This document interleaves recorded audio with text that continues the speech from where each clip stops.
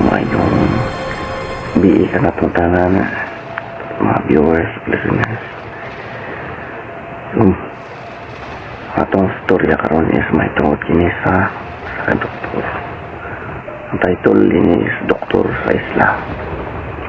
Sa itong sugdan, ni atong tuig 1814.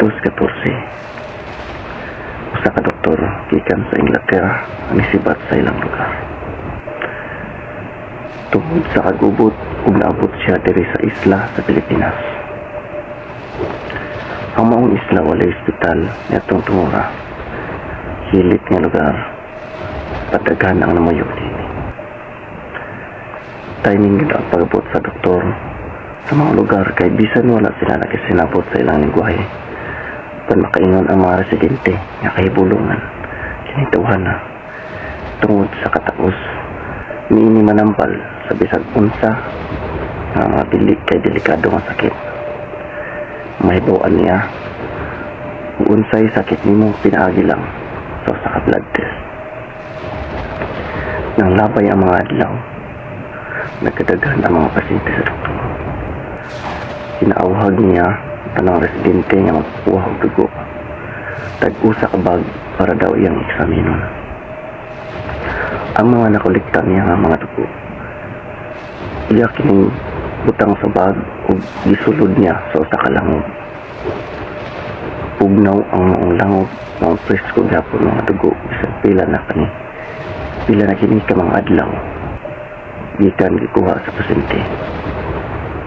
Giingnan niya ang mga pasyente na dapat kada duha ka semana magpakuha gid sila og dugo para mahibaw-an dayon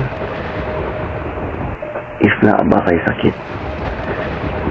Libre ra ang pagpanambal sa doktor apan iya kining gihangyo nga kaon lang gyud og mga preskong gulay, mga kinason ug wan pa mga isda sa dagat.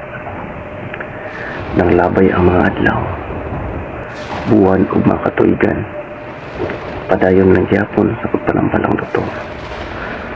Walay kalibutan ang mga residente nga gihimo lang dahil silang living food source sa doktor kay ang mga gikolekta nini nga dugo iya di kining gikonsumo.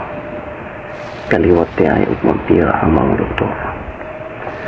Hangtod karon padayon ra gyapon sa pagpanambal ang mga doktor apan dili na ko magsaba asa nga isla. Salamat sa pagpaminaw.